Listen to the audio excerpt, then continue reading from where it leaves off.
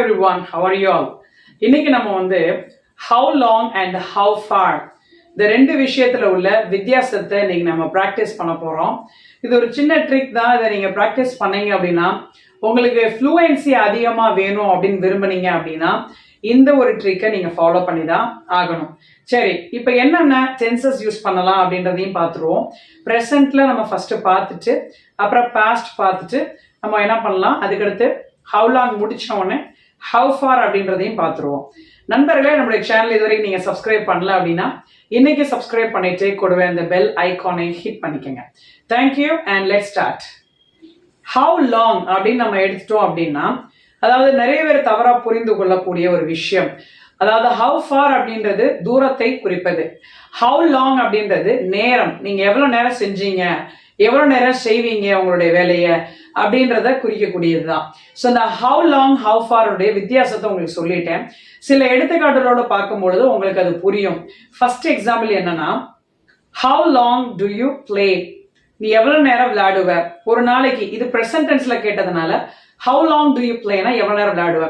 So நீங்க என்ன சொல்லலாம், answer I play for 2 hours, நான் 2 மணி நேரம் தான் விளையாடுவேன் ஒரு நாளைக்கு அப்படின்னு சொல்லுவோம். நெக்ஸ்ட் கொஸ்டின் பாருங்க, how long to they work, அவர்கள் எவ்வளவு மணி நேரம் வேலை பார்ப்பாங்க ஒரு நாளைக்கு அப்படின்னு கேட்குறாங்க. பதில் என்ன சொல்லுவீங்க, தே ஒர்க் ஃபார் 8 hours, அவங்க 8 மணி நேரம் ஒரு நாளைக்கு வேலை பார்க்குறாங்க. ஸோ இதெல்லாமே ரொட்டீன் லைஃப்ல நம்ம எவ்வளவு நேரம் செய்யறோம் ஒரு செயலை அப்படின்றத குறிக்கும் பொழுது நம்ம டூ யூஸ் பண்றோம். இதவே நம்ம பாஸ்ட் டென்ஸ்ல யூஸ் பண்ணா எப்படி இருக்கும்?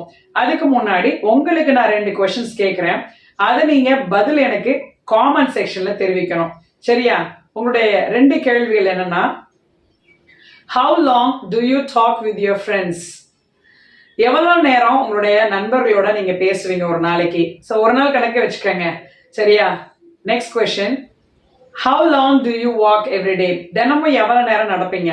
இந்த 2த்துக்கும் எனக்கு ஃபுல் சென்டென்ஸா நீங்க டெக்ஸ்ட் பண்ணிட்டு காமெண்ட் செக்ஷன்ல தெரிவிக்கணும், சரியா? நெக்ஸ்ட் என்னன்றத பார்ப்போம். அதே போல நீங்க டஸ் அப்படின்றத போட்டு நல்லா பிராக்டிஸ் கொடுக்கணும். 3rd person சிங்குலர் அப்படின்னு வரும் பொழுது ஹீ ஷீட் நீங்க போடும் பொழுது அதை நீங்க என்ன பண்ணணும் அப்படின்னா, அதோட ஆக்ஷன் வெர்போட எஸ் இஎஸ் ஐஇஎஸ் கரெக்டா நீங்க ஆட் பண்ணணும். அதுல ஒரு எக்ஸாம்பிள் பார்ப்போம். How long does she read this book, இந்த புத்தகத்தை எவ்வளவு நேரம் இந்த பொண்ணு படிப்பாங்க ஒரு நாளைக்கு. மேபி ஒரு நாவலா கூட இருக்கலாம். அப்ப நீங்க என்ன சொல்லுவீங்க, பதில் என்னன்றத எனக்கு காமெண்ட் செக்ஷன்ல தெரிவிங்க. ஆனா பதில்ல நீங்க எஸ் இஎஸ் ஐஇஎஸ் நீங்க என்ன பண்ணணும், கரெக்டா பிராக்டிஸ் பண்ணியிருந்திருக்கணும். அது தெரிஞ்சா மட்டும்தான் கரெக்டா கொடுப்பாங்க, இல்லைன்னா அது தெரியாம இருந்தா கஷ்டம் தான்.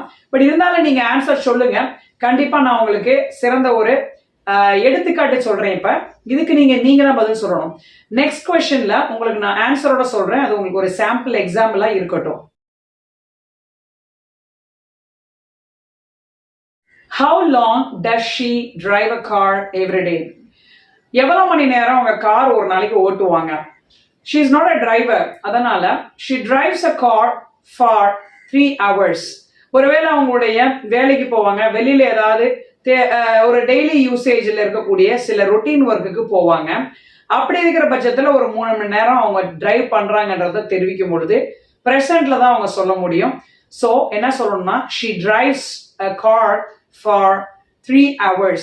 சோ இங்க வந்து drives எஸ் சேர்த்திருக்காங்க, நோட் பண்ணிக்கங்க. நீங்களும் நான் கேட்ட முந்தின கொஸ்டினுக்கு சரியான விடைய தெரிவிங்க. நெக்ஸ்ட் ஒன், இப்ப நம்ம பாஸ்ட் டென்ஸ் யூஸ் பண்ணி பார்ப்போம்.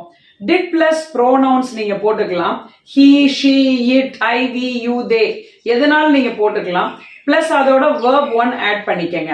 இப்ப இந்த டிட் அப்படின்னு நீங்க சொல்லும் பொழுது பாஸ்ட் டென்ஸ்ல நீங்க செகண்ட் காலம் verb 2 நல்லா பிராக்டிஸ் பண்ணியிருக்கணும். நீங்க verb 2 தெரியலன்னா கண்டிப்பா தப்பா தான் நீங்க சொல்ல முடியும். அதனால verb 2 நல்லா பிராக்டிஸ் பண்ணுங்க. இப்போ உங்களுக்கு ஒரு எக்ஸாம்பிள் கொடுக்குறேன், லிசன் பண்ணுங்க. How long did he play on the ground yesterday? How long did he play yesterday? நேற்று எவ்வளவு நேரம் இந்த பையன் வந்து விளையாண்டா அப்படின்னு நம்ம கேட்கிறோம். அப்ப என்ன பதில் வரும், he played for 2 hours yesterday. 2 மணி நேரம் அந்த பையன் நேற்று கிரவுண்ட்ல விளையாண்டா அப்படின்னு நம்ம சொல்றோம். நேற்று அப்படின்னு பட்சத்துல நம்ம பிளே அப்படின்றத பிளேட் அப்படின்னு மாத்தணும். ஸோ நிறைய பேருக்கு இந்த பேசிக் ஸ்கில் தெரியல. அதை நீங்க பிராக்டிஸ் பண்ணுங்க. உங்களுக்கு ஒரு எக்ஸாம்பிள் இன்னைக்கு கொடுக்குறேன். நீங்க காமெண்ட் செக்ஷன்ல ஆன்சர் பண்ணுங்க. Your question is, how long did your friend wait? உங்களுடைய தோழி எவ்வளவு நேரம் வெயிட் பண்ணாங்க நேத்து அப்படின்னா என்ன பதில் உங்களுக்கு வரும்? சரியா? நெக்ஸ்ட் ஒன், இந்த how far அப்படின்றத நம்ம வந்து மாடல் ஆக்சிலரி கேன் போட்டு பிராக்டிஸ் கொடுப்போமா எப்படின்றத நான் சொல்றேன். இந்த ஃபார்மேட்டை நீங்க நோட் பண்ணி வச்சுக்கோங்க. how far plus can plus he, she, it, I, we, you, they எல்லா ப்ரோனவுன்ஸையும் போட்டுக்கங்க. பிளஸ் ஆக்ஷன் வேர்ப்ஸ், நீங்க எந்த ஆக்ஷன் வேர்ப்ஸ் வேணாலும் போட்டுக்கலாம், பட் ஒரு வேர்ப் தான் போடணும். இதுல நீங்க என்ன கொஸ்டின் கேட்கலாம் அப்படின்றத நான் உங்களுக்கு சில எக்ஸாம்பிள்ஸோட உங்களுக்கு தெரிவிக்கிறேன். how far can she travel? how far can she travel? எவ்வளவு தூரம் இவங்க பயணிக்க முடியும் அப்படின்னா எதுக்கு கேட்கிறோம்? ஒருவேளை இவங்களுக்கு உடம்பு முடியல, இஃப் ஷீ இஸ் அன்ஹெல்தி, அவங்க டாக்டர் வந்து சொல்லியிருப்பாங்க don't travel for long time, ரொம்ப நேரம் நீங்க பயணம் செய்ய வேணாம்னு சொல்லியிருப்பாங்க. அப்ப நீங்க இந்த கொஸ்டினை கேட்கலாம். அவர் பதில் சொல்வார், she can travel 500 kilometers.